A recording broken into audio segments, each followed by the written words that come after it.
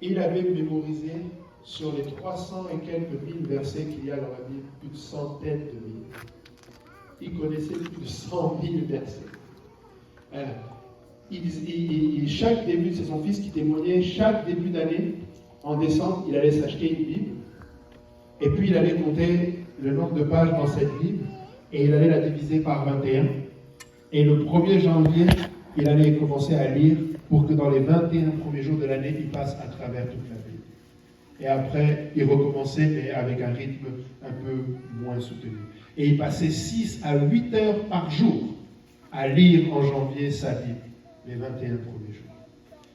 Tu regardes ça, tu as envie de prendre la même résolution que lui. Amen. Je vais essayer. Je ne suis pas sûr que je vais y arriver, mais je crois que je peux le faire quand même. Amen. S'il l'a fait, je peux le faire. Mais c'est pour vous dire, ça ne vient pas de nulle part. Amen. Il connaissait la parole parce qu'il permettait à la parole de prendre le dessus. Amen. Sur une journée complète, 8 heures à lire la parole de Dieu. J'ai eu un autre témoignage d'un autre prédicateur, le révérend Mark Brown. Et il disait que on lui avait soumis l'idée par un de ses anciens de lire la Bible en 1 mois. Il s'est donné le défi de le lire en 1 mois. Et il y a fait. Amen. Pendant la pandémie, il s'est donné le défi et il l'a fait. Amen. Vous avez entendu le témoignage pendant le voyage missionnaire au Sénégal de ce jeune qui était musulman, mais qui a lu la Bible en 3 jours. Amen. 3 jours pour lire la Bible. Des fois, nous, un chapitre en une journée, on n'y arrive pas. Amen. On commence le début, tu te dis, bon, je vais finir le soir, et puis tu t'endors. Amen. Nous devons, alléluia, faire le maximum. Amen. Parce que nous ne pouvons pas laisser notre chair souffrir. Amen. Regardez, il y a un poète romain, amen, qui s'appelle Virgile. Et il a écrit un livre qui s'appelle l'Énéide. Amen. E-N-E-I-D-E, pour ceux qui veulent aller voir. Il est mort quelque peu avant la naissance du Seigneur Jésus-Christ.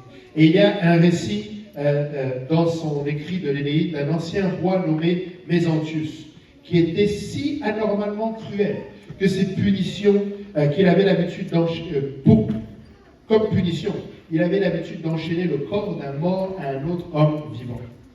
Il était impossible pour le pauvre homme de se défaire de cela. Il le liait main avec les mains, pied avec les pieds, visage avec visage, lèvre avec lèvre.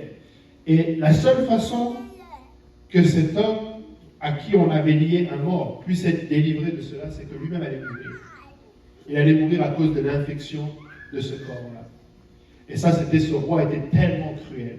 Et il a écrit un passage pour frapper les esprits. Il dit, jusqu'à la malédiction, Mésentius, dans une heure fatale, a assumé la couronne avec un pouvoir arbitraire.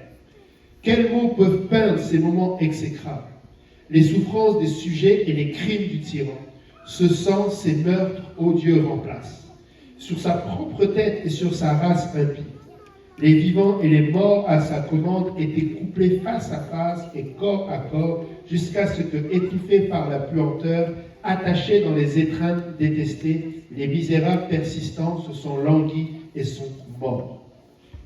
Et si je me permets de partager cela, c'est parce que dans une mesure, c'est la même chose qui est avec nous concernant le péché. Nous devons arriver à cette place où, de la même manière que ces cadavres étaient enchaînés face à face, alors qu'ils étaient encore vivants, c'est la même chose avec nous et notre ancienne nature. Le péché est attaché à nous. Amen. La vieille nature est encore attachée à nous. Amen. Et si nous ne faisons pas attention, amen, nous allons nous aussi finir par être morts à cause de ce péché. Amen. De la même manière que c'était la mort qui délivrait cet homme de ce corps attaché. De la même manière, si nous ne faisons pas attention, le péché risque de nous conduire à la mort. Amen. Notre ancienne nature nous limite au point de nous tuer, sauf si quoi nous sommes libérés. Amen. Nous devons